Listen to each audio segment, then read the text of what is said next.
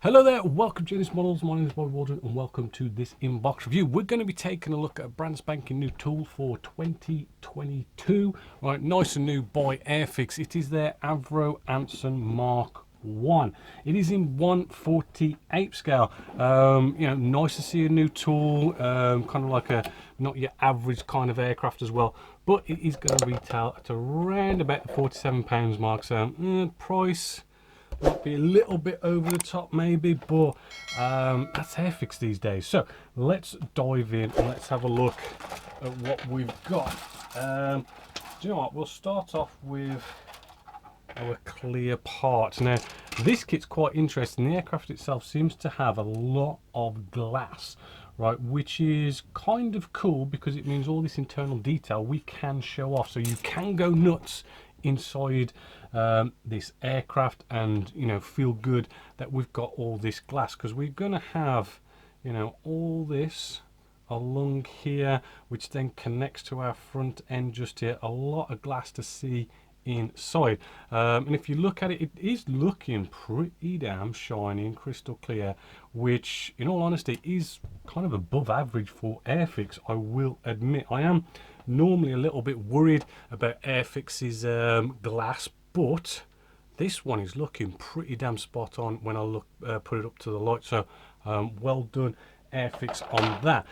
First bit of surface detail, which is actually quite good as well. We do have those recessed panel lines, right? We do have recessed rivet detail, but then we have all this actually really nice rib work that goes on and around this. So I mean, that is gonna look cool. It's gonna get some fancy spraying on that potentially, and that rib work can really sort of nicely come out. It's nicely indented and all that cool stuff. Bit of the bottom fuselage, again, nice bit of rib work, right?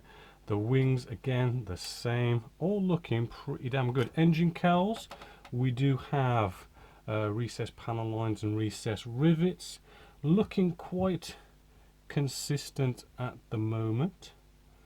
Right, there we go. So that's the wings. The fuselage, we'll talk about the fuselage in a bit because it's going to be a little bit tricky, but again, we've got that lovely rib work. You can just see on our wings here again the recessed panel line and recessed rivet detail coming up to the nose cone area. Again, pretty nice work going on there. Sorry, that one was my phone. We have the bottom part of our cockpit area, which I don't know, I mean, that feels smooth. I mean, there's something going on now. I mean, that might need a bit of filling and sanding. There is a lot of detail to actually go inside here, right, to potentially cover up some of these areas, but kind of looks like some sort of a little bit of a mold issue in that area just there. We do have some framework going on with all our cockpit. We've got a bit of details going along there. Not seeing any sort of major flash going on with any of that, so that's quite cool. As you can see, a lot of framework detail with it. Flip this over, we do have a fair bit of rib work and framework sort of going on the inside, but there is a fair few ejector pin marks, as you can clearly see with that. I don't know how much you might need to take care of this, because I mean, this is the ceiling area, so maybe no need to take care of that. You're not really going to see the ceiling. These walls here are sort of quite far back, so you might be okay not having to take care of that either. Fingers crossed.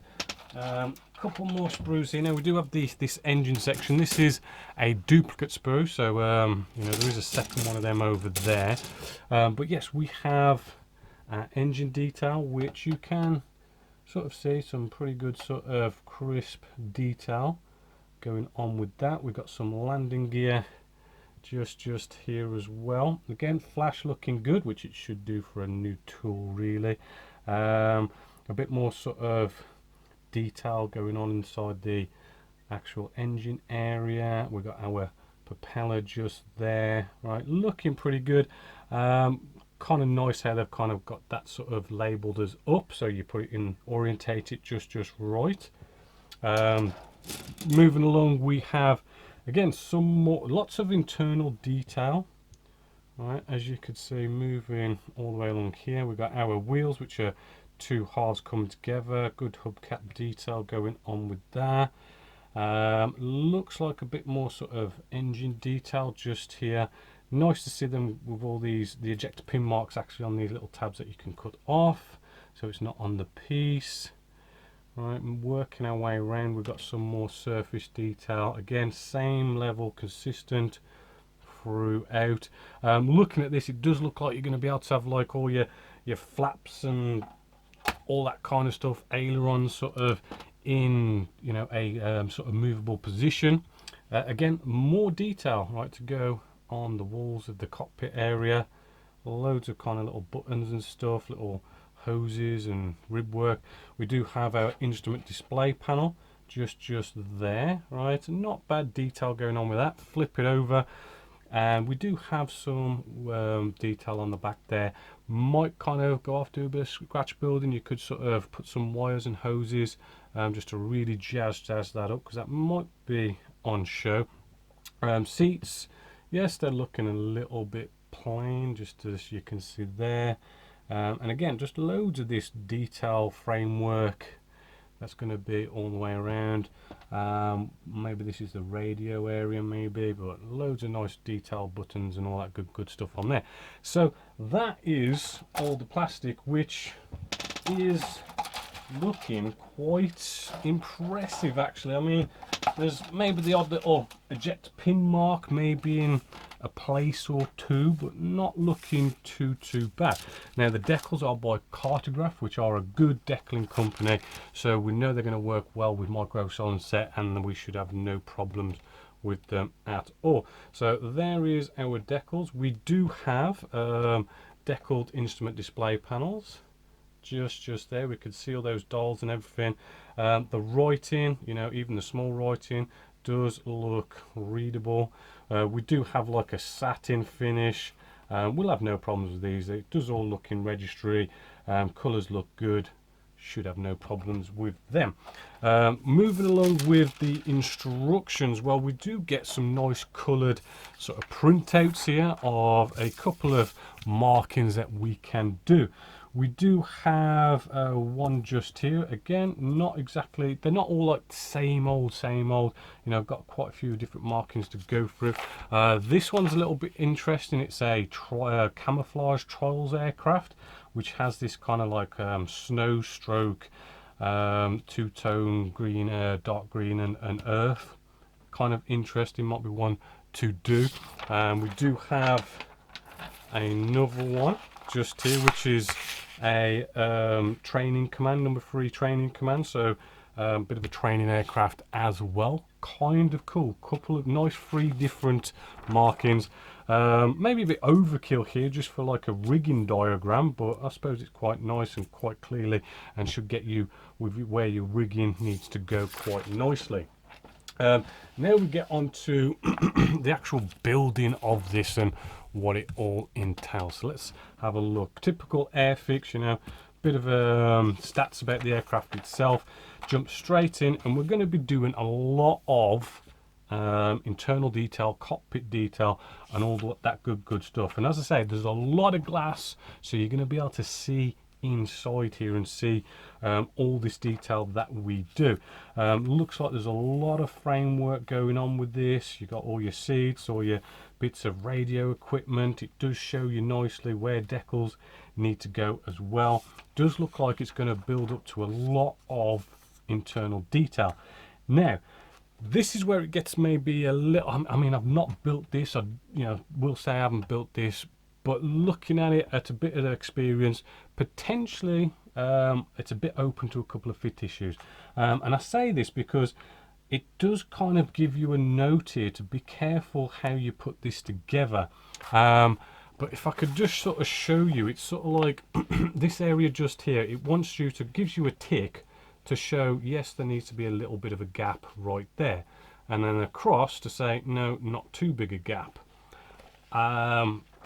Okay, fair enough. It's kind of basically saying don't leave a big enough gap and all this kind of stuff, but you know, how big of a gap are we talking here? I mean, I know we've got a picture to sort of show us, but I haven't sort of test fitted this to see, you know, to make sure how this kind of goes together. But there's this kind of weird thing going on about how big a gap needs to be.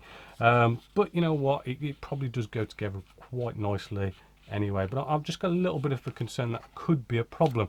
But as we move through, we've got all this rib work going on and all this internal detail.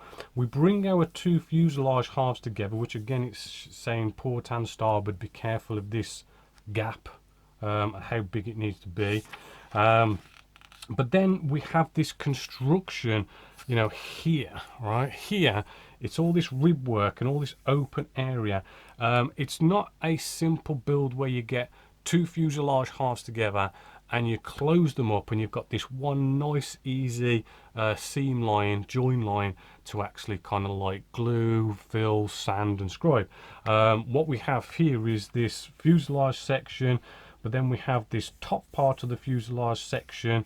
So it just creates lots more join lines and glue lines to potentially have gaps and steps and more to take care of, as well as more to go wrong. So this could be one of these builds where I might sort of recommend, you know what, to actually sort of put it together, the big pieces, you know, maybe use tape and pegs and F-clamps, that kind of stuff, just to kind of see how it goes together, see what kind of maybe potential fit issues, gap steps, and that way you could maybe sort of like just fine tune it with a bit of sanding just to get rid of all those potential problems, because it is quite complicated and it could go south quite quickly if you just slightly don't align stuff, especially, you know, when we kind of look back at the instructions here where it's like this gap needs to be this and it needs to be aligned properly. I mean, they're actually kind of saying, you know, it is important to align these various areas. So yeah, as I say, just kind of do some nice test fitting. But yes, we've got all this kind of place ailerons and flaps and stuff that we can have in different positions. We do have what looks like to be quite a nice engine section with quite a nice bit of detail by the looks of it, so maybe you could do a bit of scratch building and have that on show. Here's the rest of the engine that goes in there as well. Not looking sort of too hard, although again it's kind of making it over complicating it in the sense that, you know, even the engine cowl, we've got two pieces coming together, again more join lines, more glue lines, more potential sort of problems with that. And then yes, we do come to all this glass, and this is what I'm on about. We're going to be able to see in here because we've got all this glass to be able to see in there. You know, there's so much of it. And it's one of them. If you like to kind of go to town with your cockpits, this is going to be a good one because you're going to actually be able to see in there. Because I mean, the amount of times we've gone off and, you know, done a fantastic cockpit, we bring it together and you can't see anything, but it does look like you're going to be able to see stuff in here. So yes, landing gear up or down, which the landing gear does look quite cool. And then we've got a nice little gun turret just there. And it's quite nice that we get to put that in last as well, because they can be a bit of a problem if they're kind of having to be glued in during all the spray stage. So nice to kind of put that in last, so that is good. So all in all, do you know what, it does look like a good kit. Surface detail does look fantastic. It's a nice brand new tool. I know I haven't built this, I just feel like the way it kind of goes together, looking at the instructions, I'm hoping there's no major fit issues, but I can kind of see that there could be. It's new, so not many people have built it, but fingers crossed it does go together well. So yeah, I do think it's definitely a big thumbs up and definitely a well recommended kit if you wanted to go out and get one. Other than that, hopefully you have enjoyed this inbox review. So as always, until next time, my name is Bob Waldron, this is Genesis Models. I'll catch you later.